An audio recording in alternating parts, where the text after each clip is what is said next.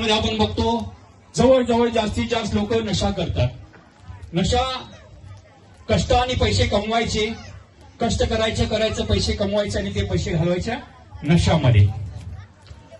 आता मुंबईमध्ये cancer hospital आहे.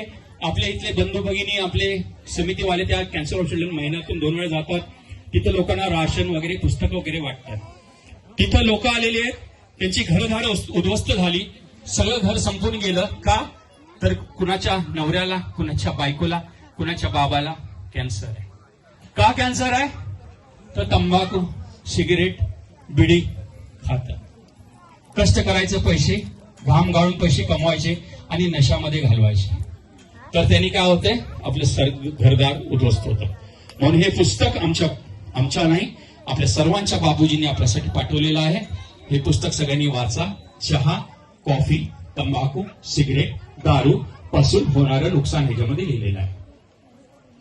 आणि तुम्हाला सर्वांना माहित असेल, तंबाखूच्या शेतामध्ये जनावर सुद्धा जात नाही, गाढव सुद्धा जात नाही. बघितलं तुम्ही?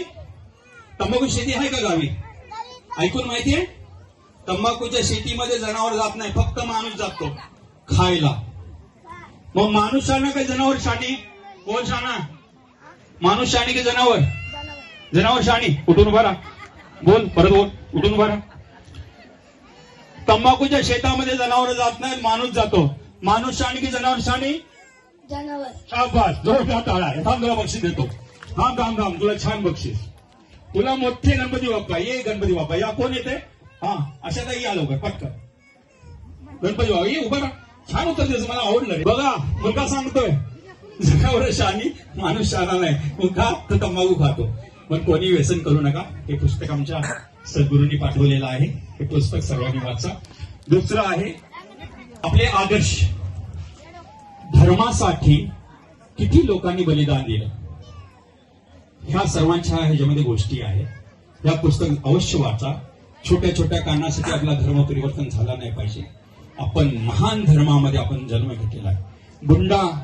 महान बिरसा मुंडांसारख्या महान लोकांनी ज्या धर्मामध्ये जन्म घेतला तो आपला धर्म आहे. संत श्री आशारामजी बापूजींनी ज्या धर्मामध्ये अवतार घेतला तो आपला सनातन धर्म आहे. तो धर्म कोणी सोडायचं नाही.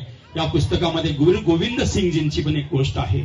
त्यांची 4 मुलं होती. छोटी छोटी मुलांनी बलिदान दिलं. मुघलांनी त्यांना मारलं, भिंत बांधून भिंतीमध्ये चिरडून मारलं, कुणाला चिरून मारलं, कुणाला असं मतीदास म्हणून एक होते त्यांना आरीनं ह्यांनी असं कापून 2 तुकडे केले, तरी पण त्यांनी धर्म सोडला नाही.